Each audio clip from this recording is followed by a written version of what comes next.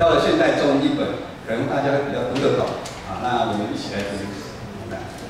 啊，请趁着你年轻时，要记住你的创造主。趁着衰老的日未到，你还没有说活着毫无意思，而太阳、月亮、星辰还没有失去光辉，雨后的云彩尚未消逝时，你要记住它。时候将到，你的手臂要发抖，强健的腿无力，你的牙齿只剩几颗，难以咀嚼，你的眼睛昏花，视线模糊不清，你的耳朵聋了，听不见街上的吵闹，推磨或歌唱的声音你听不到，但麻雀出场，你就醒来。人怕高处，路上有金光。杏树开花，蚱蜢成为重担，人所愿的也都废掉，因为人归他永远的家，吊丧的在街上往来。你爬上高处，走路也有危险，你的头发斑白，精力衰败，性欲断绝，再也不能挽回了。我们都向着最后的归宿地去了。那时候，街上将有哀嚎的声音。我们的身体将归回尘土，我们的气息将归回赐生命的上帝。空虚，空虚，传道者说，一切都是空虚。弟兄姐妹，大家平安。平安。今天是传道书的大结局了。不晓得你这个7月份你有完全跟上没有？传道书是关于死亡的诗。但是其实我们今天大结局就是要让它变为生命的诗。传道书一开始有说，天下万事都有定期，都有上帝特定的时间，生有时，死有时。我们知道，在战争、困苦、物质缺乏的地方，不是说连带我们看到很多地方其他国家，不管生活多么的苦，只要人有一口气，人就会想办法把它活下来。总是觉得活着就有希望。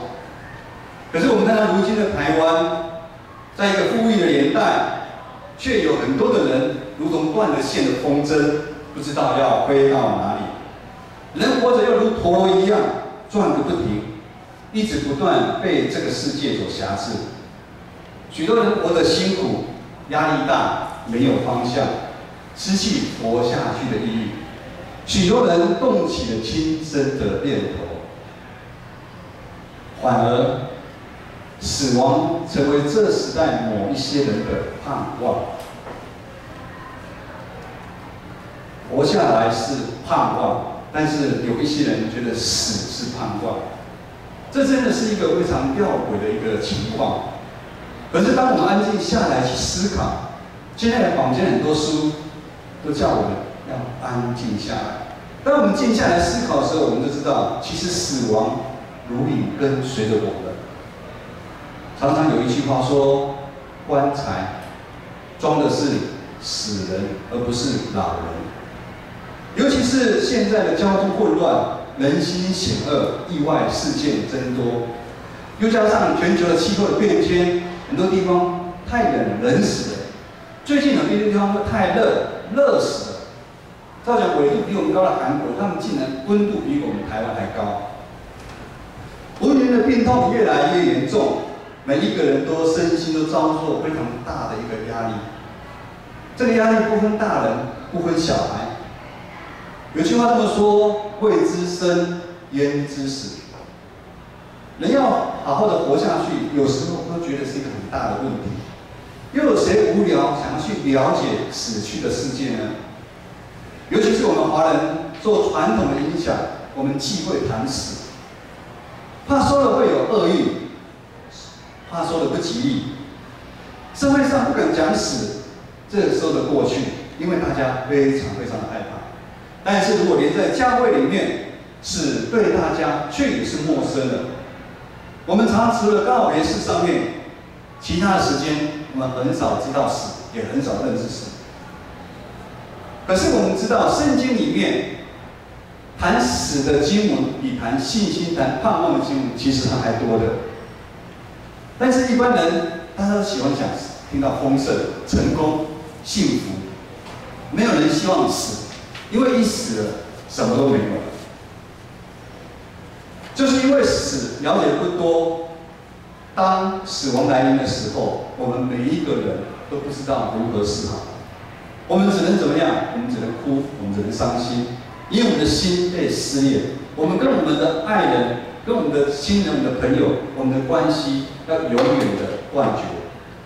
最大的问题就是我们对死亡不了解。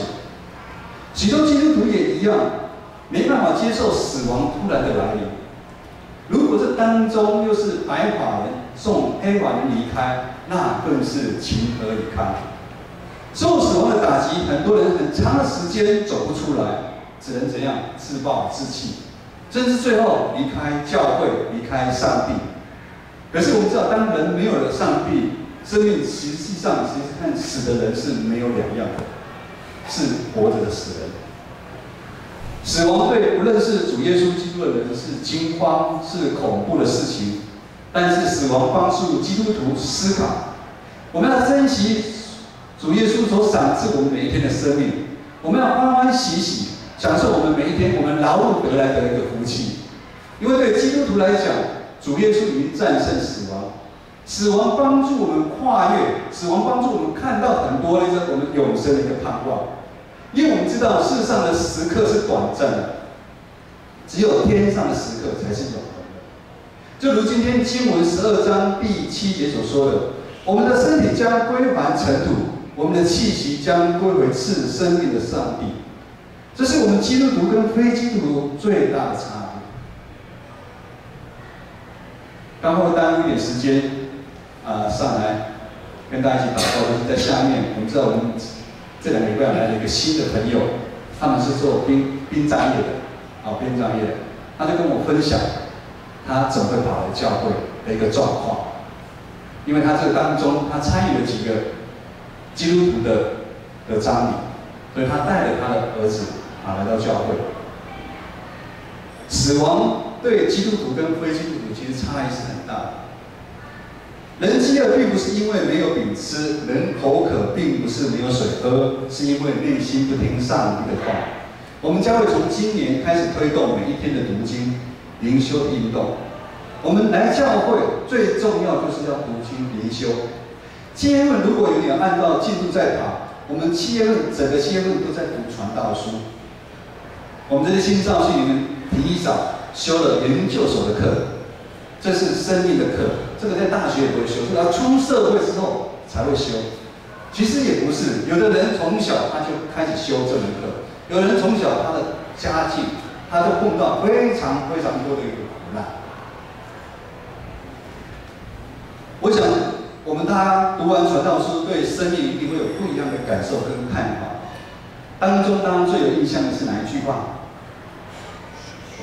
虚空的虚空，凡事都是虚空。希望我们今天的大学习不会再是虚空。我们今天要透过传道书12章1到8节，当我们愿意用一生的时间来寻找、来跟随上帝的时候，我们一生就不会再是虚空，而是充满了盼望。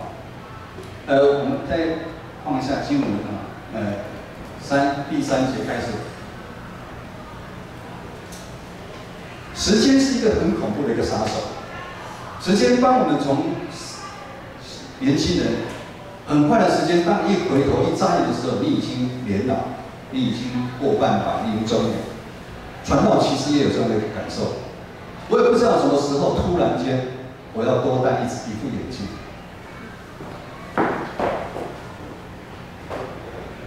这不是道具啊！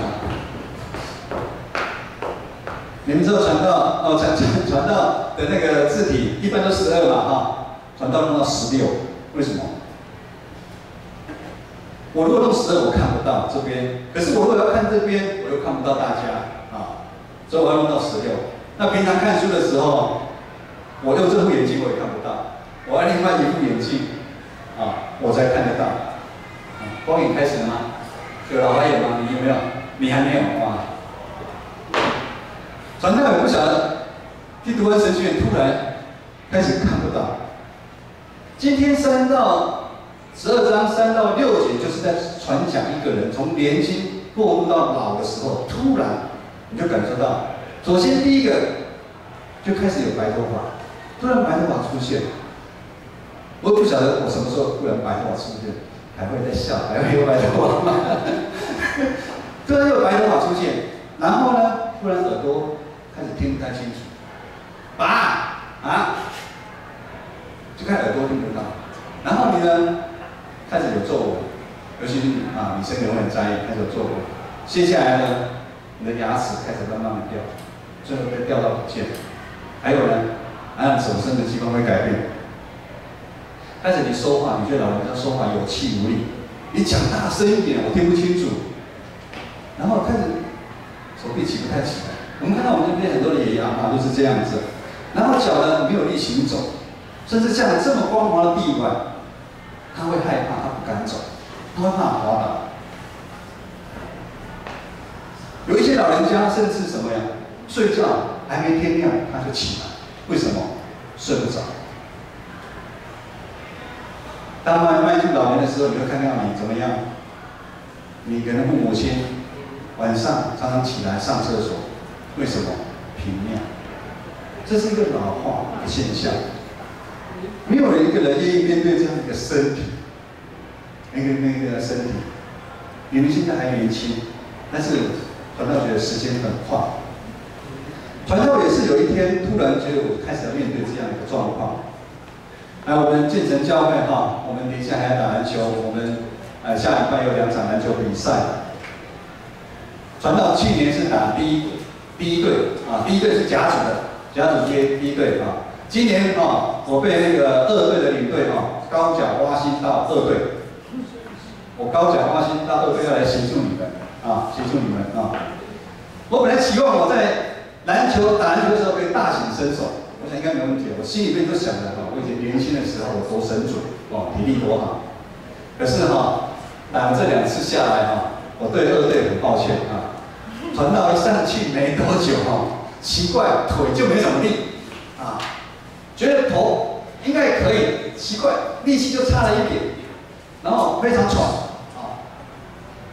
最可能是还有一个人跑到我这边帮我按摩，传道你也可以的，就是现在刚进来定性。传道你可以的，打不错，等下继续上场一直鼓励我那个我们的教练博彦跟我讲说，还可不可以上去？我说好，就上去。很多的动作，很多的体力，传道其实觉得心有余而力不足。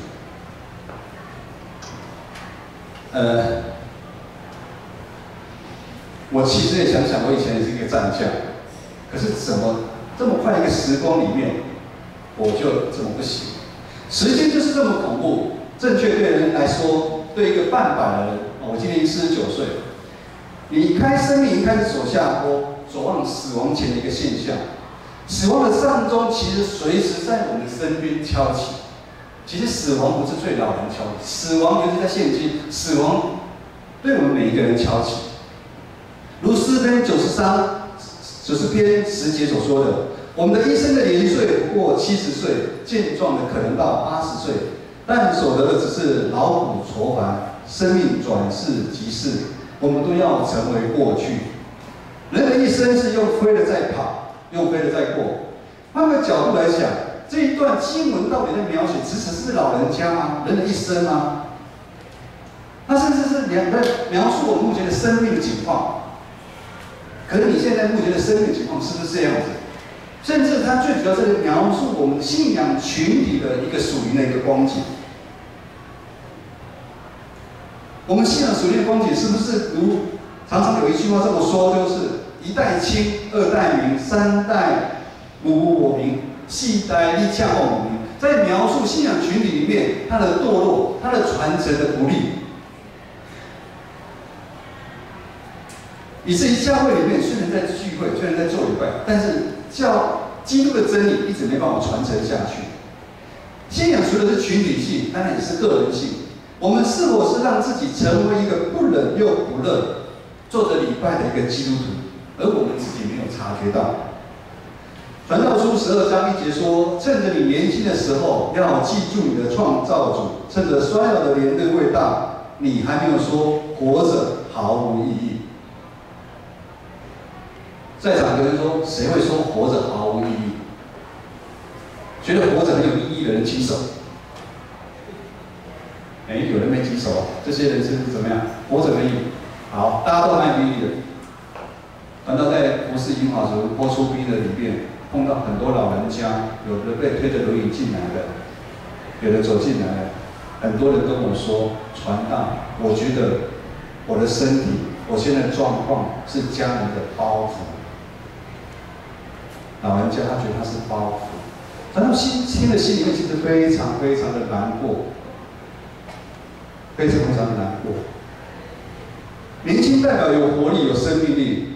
传道者鼓励我们要趁着我们生命还有气息的时候，也就是我们还有一口气的时候，要紧紧抓住创造天地万物的上帝，认识他、敬畏他，让神成为我们一辈子的依靠。因为我们真的不知道明天会发生什么事情。上个礼拜，金明的阿嬷还跟我们一起很开心的在做礼拜。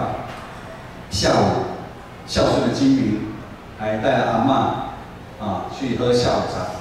这边的阿嬷是眼睛看不到，我觉得我们教会很可爱，这些眼睛看不到的人还可以炒菜、煮饭然后把家里弄得很干净，还可以抚养一大堆的人长大儿子还读博士的，真的。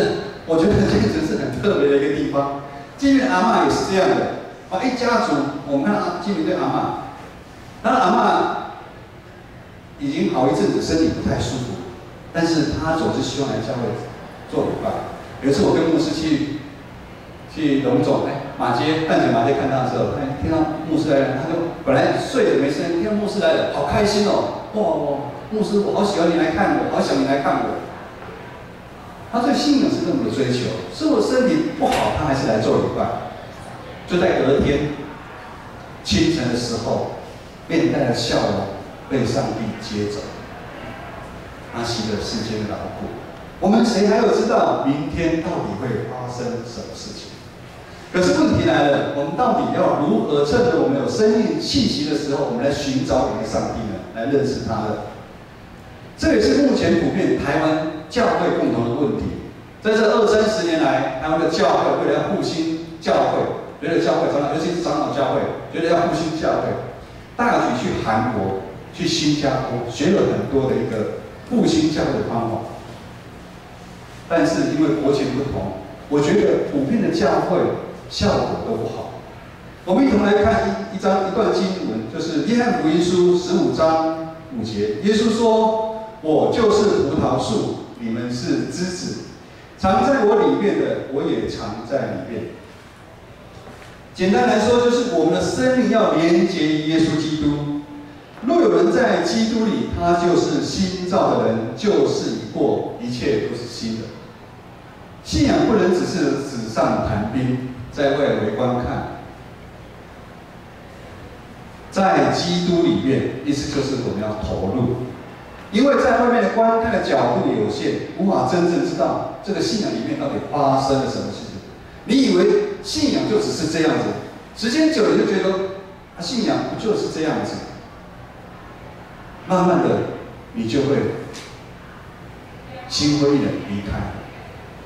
传道讲一个，我以前在上班的时候，那我们招新人，那是一个国立大学的高材生，他的考试也真的很好，民法法规什么都，我们之前训练他都很好。然后我跟他讲，等下我带你去拜访一个客户，但是要由你跟他讲，然后我大概跟他讲怎么讲，他思考过去的，没问题，那我就带他去。一到门口，第一个动作他就不敢做了。叫他按电铃，有人不敢按电铃吗？谁不敢按电铃？大家都敢嘛。叮咚，陌生办叮咚，好，他不敢，好，我就帮他按了，然后我们就进去了，然后进去就跟客户讲，他一坐下来，跟他演练完全不一样的时候，他就讲不出话来了。这个到底在说什么？当然后来这个人，我们有在，他多做了几次，就慢慢比较熟练。很多信仰就是这样子，不是纸上谈兵，你知道就好。很多事情你要去碰了，你才知道，你才知道修正，你才知道了解里面的状况。你才知道人是活的。信仰也是这样子，我们一定要到这个，要往里面挖，我们要投入这个信仰。有一句话说，越服侍越甘甜的意义，就是帮助我们要持守委身在教会里面的学习跟服侍。虽然在服侍的过程当中有开心的，但是也会让人很伤心掉眼泪。那个人好难相处，那个人怎么样？但真实的信仰旅程其实就是这样交织着，不是每天都晴天都雨天的，就是有晴天跟雨天交织的才是真正的信仰。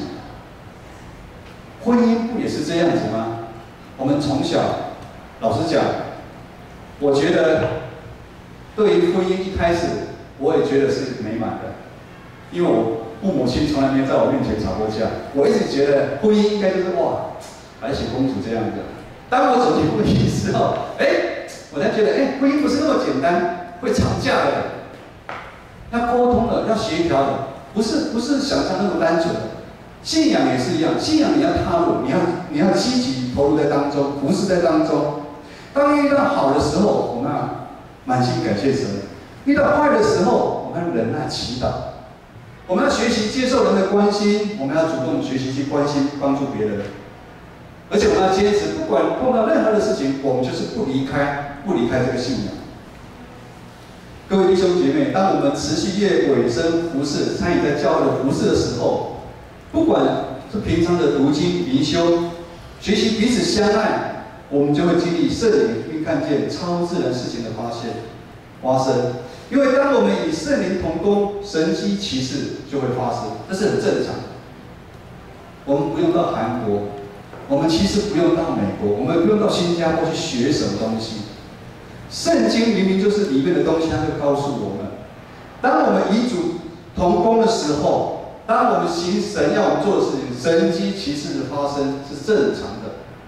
我们的生命将会彻底的改变，被翻转，结出许多丰盛的果子。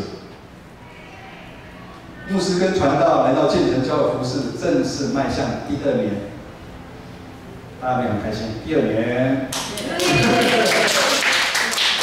还是觉得我们已经认识很久了，其实真的感觉也认识很久了啊。有许多弟兄姐妹跟我们说，建成教会不一样，其实大家应该也都觉得不一样。最大的改变就是觉得建成教会的气氛不一样，或者年轻人觉得，老人家也这么觉得。但是我要说的，不是因为有牧师传道来，是因为有上帝爱在我们当中。很多弟兄姐妹愿意动起来了，主动投入各教会的服事跟学习。回顾这1年传道曲一项事工，我们来见证，当我们愿意同心投入的时候，上帝就亲自帮我们展现神迹给我们看。第一个就是爱餐。当我们在去年年度事工的时候，有一些弟兄姐妹受到圣灵的感动，觉得看到很多老的弟兄姐妹，我们的长辈们，每次周完礼拜，然后就离开了。那看到他们孤孤单单的背影走回家的时候，他觉得很难过，然后觉得至少应该先留下来吃个便饭，吃个简单的面食或饭。大家互相的关心，彼此聊天，这样才是一个教会，一个团契。长执会后来也同意，我们就开始我们就尝试。可是我们知道，爱宴这种东西，又希望每个礼拜，那个是很恐怖的事情。每个礼拜，你们知道要多少事前的准备吗？首先，我们要叫菜。礼拜6菜商早上会送过来，传道一定要开门。下午就有一些服事的姐妹，她们要来捡菜、洗菜、切菜。隔天服事的人员一大早就要来料理。这个当中其实为了菜钱为了吃饭的的人，可是数量很难抓。这个当中也有一些人有出现不一样的一个声音。但是当我们看到很多的长辈，他们一边吃一边有说有笑的时候，而且我们也看到越来越多的长辈几乎都留下来吃，因为他们的心被关心。同工们因为这样也被激励，我们愿意继续服侍下去。我们也看到很多弟兄姐妹为了爱餐在奉献。我们本来是要试办半年的，但是我们现在愿意一直做下去，因为我们在这当中看到的不是只是一顿饭，我们看到了什么？看到了有人有钱出钱，有人出力，有人流汗，集合起来料理的这个是什么宴？这是天国的爱宴。感谢主。这个是我们以前其实我们没在当初要推这个时候，我没办法想象得到。我们看到现在，我们每次吃爱餐，在下面吃饭的时候，我们好多长辈都很开心。我们青少期其实我们很感谢也来他们也很关心我们大家。现在我们煮爱餐的人看到我们都会下去吃，他们很开心。这是一个天国的爱宴，这个画面应该是我们从来没有想象会出现这样的一个画面。因为有上帝的爱在我们当中，上帝的爱在我们当中蔓延。弟兄姐妹，今天是庆祝父亲节的特别感恩礼拜，也谢谢你们刚刚的表演牧师没看到，好感人我们儿童主日学，然后我们线上去的真的是很感人的一个画面上帝特别透过今天的经文，要送给我们在座一个人一个大礼物。虽然我们没办法决定我们生命的长度，甚至连身体因为时间的关系，我们越来越衰退，这是我们人的限制，也是我们每一个人必经要走的一条路，一直到死亡。但只要我们还有口气的时候，就是我们最大的盼望。不管你现在碰到什么样的问题，不管你现在碰到什么样的问题，只要你还有一口气，你就有盼望。不管你现在成绩好坏，不管你现在考上什么样的学校，不管你现在是在怎样的公司上班，碰到什么样的问题，你赚的钱多，赚的钱少，只要你还有一口气，你都可以逆转胜，都可以盼望。就是现在传道邀请大家，我们一起来悔改。约翰一书1章9节这么说：我们若认自己的罪，神是信实的，是公义的，必要赦免我们的罪，洗净我们一切的不义。所以我们不要害怕，我们不要灰心。灰心什么？灰心我们的外在的身体，慢慢败坏。灰心什么？灰心我现在的环境，我自己所处的环境不是那么的好。但是上帝要让你感受到，是我们内在的生命，内在属灵的生命，我们会日日的更新。那是因为我们已寻找到创造、赏赐生命源头的上帝，我们已经跟他连接。永生的盼望不是在告别时跟安慰家属说，现在这个弟兄、这个姐妹已经到主耶稣那边去了。永生的盼望是在如今在地上就可以来经历到。当我们的生命跟主耶稣连接的时候，不管你的身体好坏，你都会经历；你的记忆好坏，你都会经历永生的盼望。今天早上我看到一个画面，我也非常感动。看到我们教会最年长的洪兰姐阿嬷阿祖90几岁，她一到坐下来就是看桌报，在翻今天的要唱的哪个圣诗，她在翻，她在讲，她在做准备。他今天一大早来就在问，下个礼拜有几个人受洗？他要干什么？他要准备红包给受洗的人。这是很特别的，这是一个敬虔的一个老人家，他们的模范。我想他应该心里准备好了，他每天都要回天家，每天都要回天家。永生的盼望不是在未来，永生的盼望就是在我们趁着年轻，趁着我们一口气的时候，我们紧紧抓住我们的神，那就是永生的盼望。我们一起来唱这一首歌《荣耀的君王》，我们一起来唱。